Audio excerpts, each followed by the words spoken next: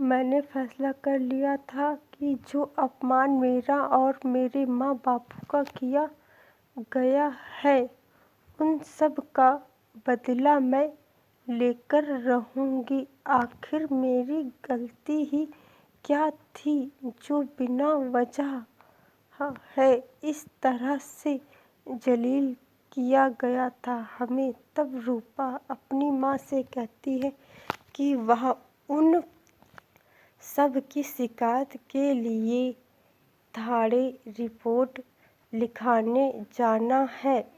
तब उसके बापू उसे मना कर देते हैं कि एक गांव में तो बेइज्जती करवा ली है, अब क्या हर गांव में जाकर बेइज्जती करवाना है। तब रूपा की माँ कहती है, यह कैसी बातें कर रहे हो, इसमें हमारे बेटी की क्या गलती है। अगर उन लोगों को कोई गलतफहमी हुई है।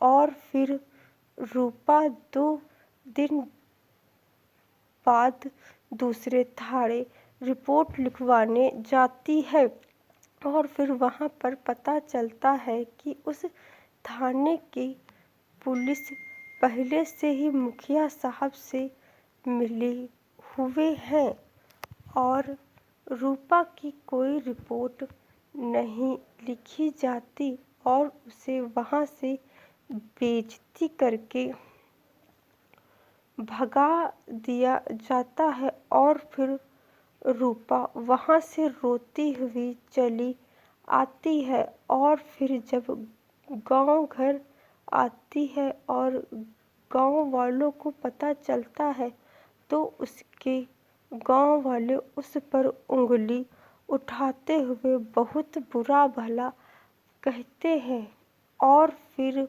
वह रोती हुई उसके बाद उसके बापू भी उसे बहुत बुरा भला कहते हैं। पर उसकी माँ जानती है कि रूपा ने कोई गलती नहीं की है और ना इसमें रूपा की कोई गलती है। और फिर रूपा के गांव में एक रूपा की सहेली होती है। तब रूपा से कहती है कि तुम्हें अगर अपनी बात सीएम साहब तक रखना हो तो मेरे स्कूल में तो वहाँ पर मुख्य अतिथि के रूप में सीएम साहब आ रहे हैं, तो तुम वहाँ पर अपनी बात कह सकती हो और फिर तुम्हारी रिपोर्ट भी लिखी जाएगी और इन सब को सज़ा भी मिलेगी और तुम्हें इंसाफ भी मिलेगा।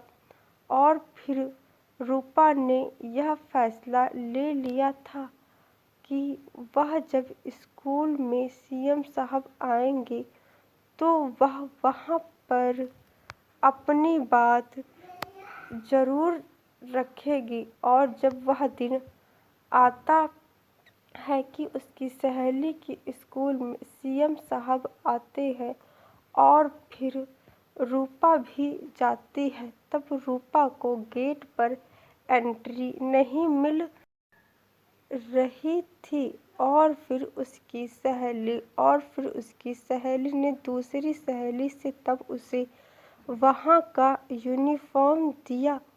तब बहुत मुश्किल से रूपा को एंट्री मिली और फिर जब सीएम साहब अपना भाषण देते हैं और उसके बाद जब वह बैठते हैं तब बच्चों से उनके बारे में भाषण के लिए स्टेज पर बुलाया जाता है। तब रूपा भी जाती है और फिर जब रूपा अपनी बात कहने लगती है तब वहाँ की टीचर रूपा को भाषण के लिए मना कर देते हैं और फिर सीएम साहब ने कहा कि तुम्हें जो भी कहना है तुम अपनी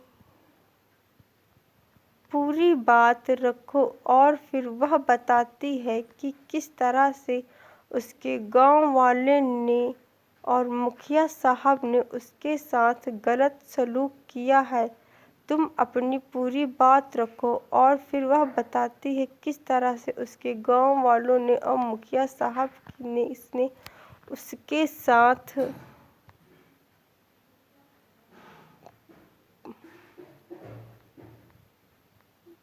बर्ताव किया और उसकी रिपोर्ट भी नहीं लिखी। और तब वह सीएम साहब कहते हैं कि तुम्हारी रिपोर्ट भी लिखी जाएगी तुम्हें। और फिर उसके बाद अपनी पूरी बात सीएम के सामने रखती हूँ और उसके बाद मेरी रिपोर्ट भी लिखी जाती है। और मुखिया साहब का लड़का और जिन लोगों ने मेरे साथ गलत बर्ताव किया था सबको सज़ा मिलती है। और इस तरह से मैं खुद के साथ हुए अपमान का बदला लिया और गुनहगारों को सज़ा भी दिलवाई। आशा करती हूँ कि आप लोगों को ये कहानी ज़रूर पसंद आई होगी। और यह कहानी का तीसरा और आखिरी पार्ट है। अगर इससे पहले आप लोगों ने इसके दोनों पार्टों को नहीं देखा है, दोनों भागों को नहीं देखा है, तो एक बार जाकर आप लोग ज़रूर देखें। और मेरे चैनल पर नए हैं तो चैनल को प्लीज़ सब्सक्राइब और वीडियो को लाइक ज़रूर कर देना, क्योंकि आप लोगों के एक लाइक और सब्सक्राइब से हमें बहुत मोटिवेशन मिलता है। बहुत बहुत धन्यवाद, शुक्रिया।